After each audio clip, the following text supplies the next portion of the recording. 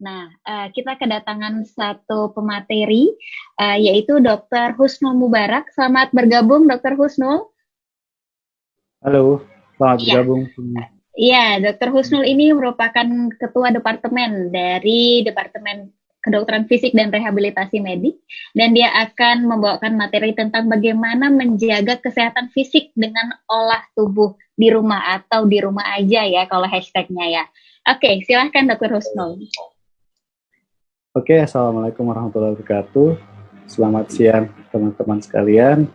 Sedikit aja saya mau sharing, tidak seperti Dr. Daus dan Dr. Madi tadi yang sudah banyak informasi yang kita sudah di-sharekan.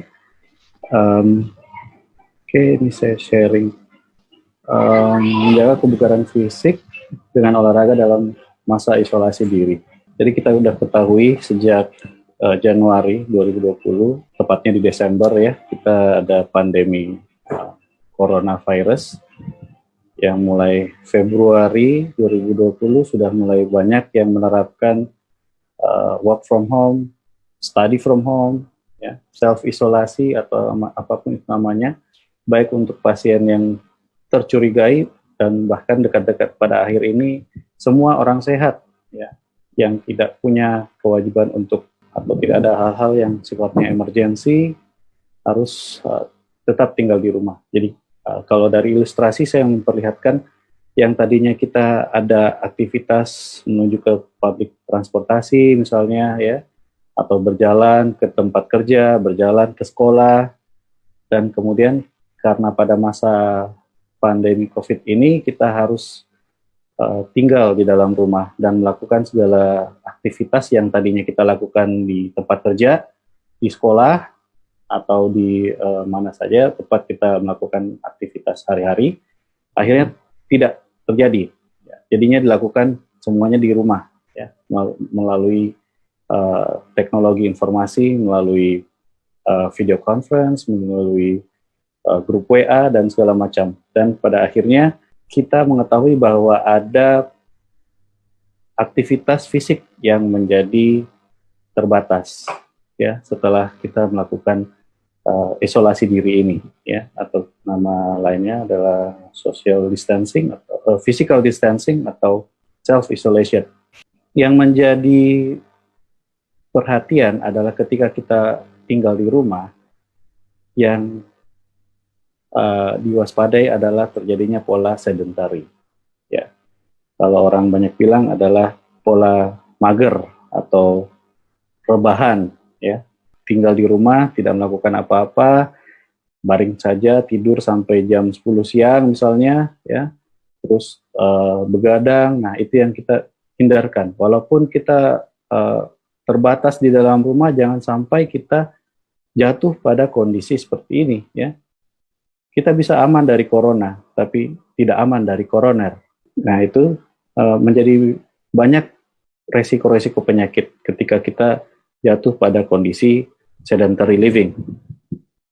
Ya, jadi untuk mencegah itu kita harus melakukan latihan yang sifatnya moderat. Ya, jangan sampai juga latihan yang berlebihan, yang overtraining.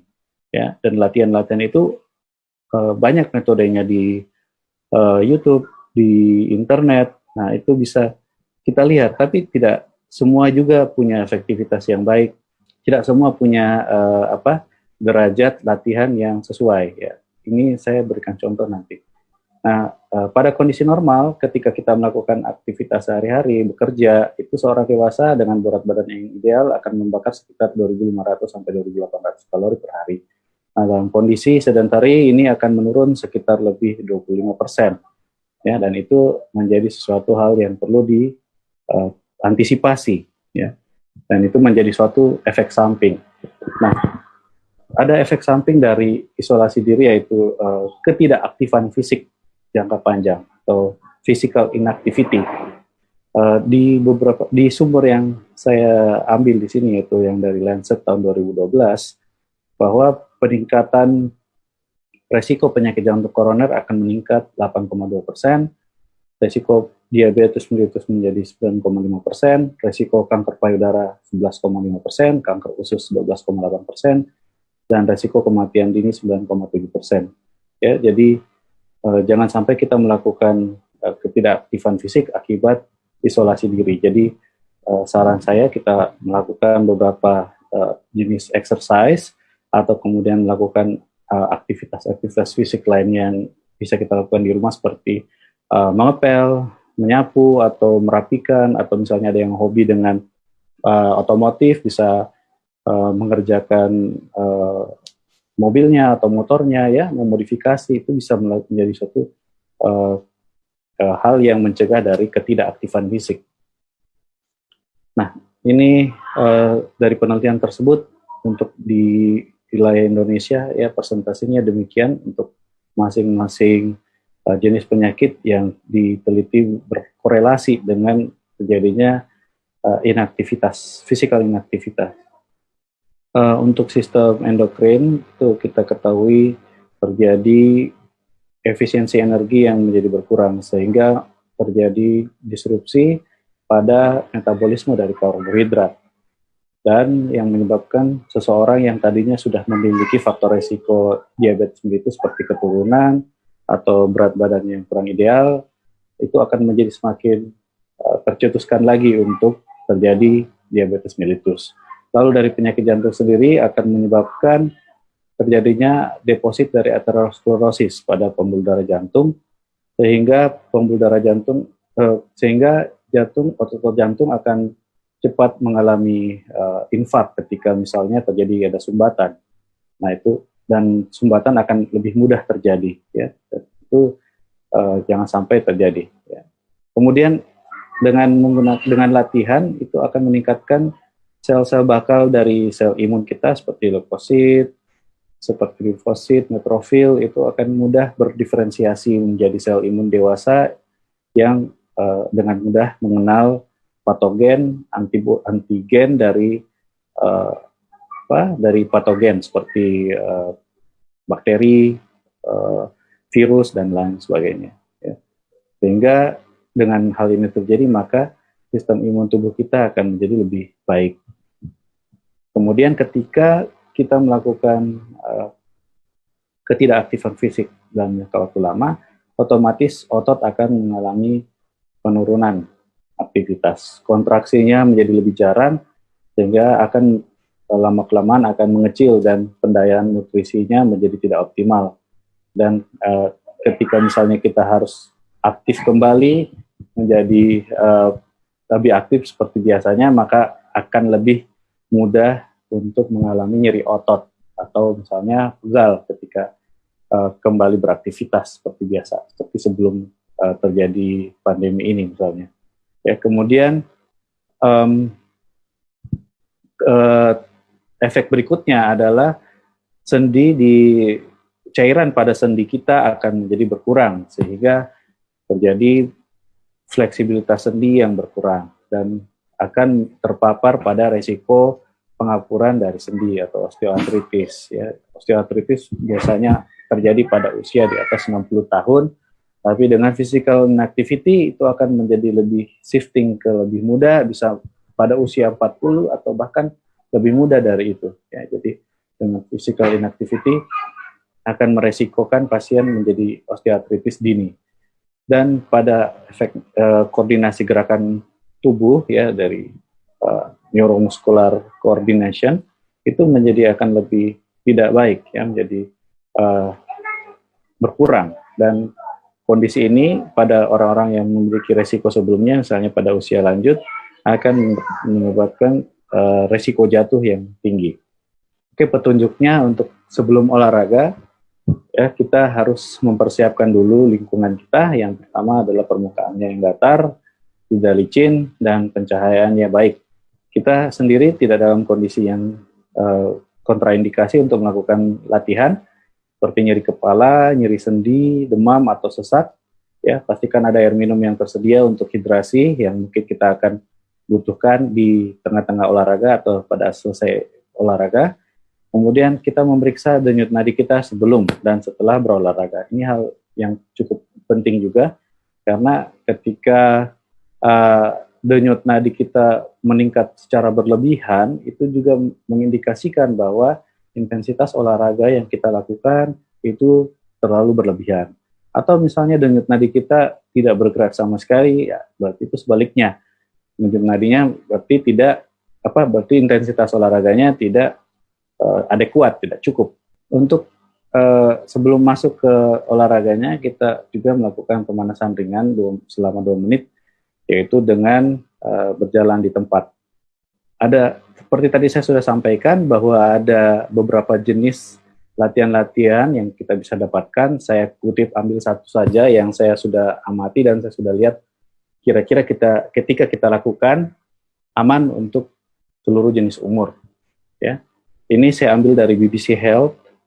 Ada 5 jenis gerakan dan untuk satu gerakan 1 menit dilakukan. Setelah 5 gerakan selesai, kita istirahat sejenak dan kemudian diulangi hingga 5 kali. Itu dalam satu set. Dari gerakan ini saya perhatikan, saya amati ada banyak komponen yang kita dapat ambil manfaatnya, yaitu komponen dari aerobik yang mencakup ketahanan jantung paru, kemudian fleksibilitas dari sendi, koordinasi lengan dan tungkai, dan juga ketahanan otot.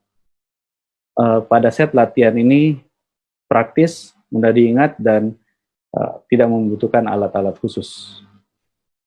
Jadi ini linknya, ya. Jadi ini dari BBC. Oke, saya jelaskan satu-satu. Ini climb the rope. Jadi kita melakukan seperti jalan di tempat, tapi dengan mengangkat pinggul setinggi-tingginya, kanan kiri secara bergantian, begitupun dengan lengan. Ya, jadi dilakukan selama kurang lebih 1 menit. Ya, setelah ini gerakan ini dilakukan, kemudian ini mungkin umum juga kita lihat, yang gerakan kedua adalah squat. Ya, jadi kita base-nya lebar dan tegapkan badan, lalu kemudian arahkan badan untuk jongkok, ya. Kemudian lengan ke depan, lalu kemudian berdiri tegap kembali dan ulangi sampai 1 menit. Kemudian cross jack, ini jadi rentangkan lengan dan tungkai, kemudian melompat hingga posisi lengan dan tungkai kembali bertemu. Kemudian the roll down, ini posisi baring dengan posisi pinggul dan lutut tertekuk, badannya tegap, kemudian perlahan merebahkan ke belakang badannya, lalu pertahankan posisi tungkai tetap seperti demikian, kemudian maju ke depan dan diulangi beberapa kali sampai 1 menit. Dan kemudian lunges, ya, seperti ini, berdiri tegap, salah satu tungkai lurus ke depan, kemudian tekuk, pinggul ditekuk, kemudian lutut juga ditekuk secara bersamaan, diulangi 5 kali, bergantian pada sisi yang lainnya. Ya, atau mungkin nanti bisa dibuka sendiri ya, untuk nanti mudah-mudahan gambar saya sudah cukup representatif untuk menunjukkan bagaimana pola gerakan yang akan dilakukan. Nah, jika saat kita melakukan olahraga, kemudian ada keluhan-keluhan nyeri, seperti nyeri otot, nyeri sendi, ya, sakit kepala, nyeri dada, maka olahraga kemudian kita hentikan. Ya. Setelah set selesai, kita lakukan pendinginan kembali, yaitu jalan di tempat selama 2 menit. Lakukan set latihan ini setidaknya kurang bagus internetnya. Setelah set selesai, kita lakukan pendinginan, kemudian jalan di tempat selama 2 menit, dan latihan sudah selesai. Setidaknya kita lakukan 2 kali sehari untuk menggantikan defisit dari kalori yang kita bakar dalam sehari-hari ketika kita melakukan self-isolasi. Jadi ini latihan kurang lebih sekali kita lakukan 250 hingga 300 kalori yang terbakar. Ya. Ada juga latihan untuk anak, kan kita ketahui juga anak-anak sekarang sudah tinggal di rumah saja. Ya, ini yang saya lihat cukup representatif untuk kita lakukan, gampang dikerjakan untuk anak-anak, ya, dan perlu kita kerjakan karena perlu misalnya kita edukasi ke anak untuk dilakukan, karena anak-anak akan terpapar pada resiko obesitas, ya, ketika kita lalai dengan aktivitas fisik pada mereka. Jadi ada banyak jenis set olahraga. Jadi sebelum mengikuti latihan-latihan tersebut, kita perlu menganalisa pola gerakan dan intensitas set olahraga. Jadi bijak dalam memilih jenis, menentukan timing kapan kita harus olahraga dan berapa lama durasinya, serta intensitas dari olahraga tersebut sangat menentukan bagaimana efektif olahraga tersebut. Jangan sampai olahraganya tidak memberikan dampak atau malah memberikan efek samping. Soalnya keletihan, nyeri otot, nyeri sendi, ya itu yang perlu kita cegah. Konsulkan misalnya ke dokter rehab medik ketika kita melihat olahraga dan apakah olahraga tersebut sesuai atau tidak, aman atau tidak kita lakukan. Jadi langkahnya ya kita perlu mengkonsultasikan dulu sebelum kita kerjakan. Jadi aman dari corona, aman dari koroner. Oke, sekian presentasi saya. Terima kasih atas perhatiannya. Assalamualaikum warahmatullahi wabarakatuh. Terima kasih Dokter Husnul. Pesannya sangat bagus ya dok. Jadi aman dari corona, tapi aman juga buat koroner ya. Jangan sampai ke saya nanti jadi montot-montotnya ya. Setelah kita lama-lama di rumah, malah physical activity sama sekali tidak ada. Itu juga tidak baik untuk kesehatan jantung, untuk kesehatan otot ya. Itu juga penting dijaga. Jadi itu sangat bagus materinya. Mungkin bisa dipraktekkan masing-masing di rumah. Apalagi buat para orang tua atau yang memiliki anak-anak yang dulunya sangat aktif terus sama sekali tidak melakukan kegiatan, itu tetap harus bisa aktivitas di rumah yang tadi sudah disarankan sama Dr. Husnul. Bagaimana cara-caranya, bisa di search langsung di YouTube-nya ya kalau misalnya mau tahu ya, olahraga-olahraga ringan tersebut.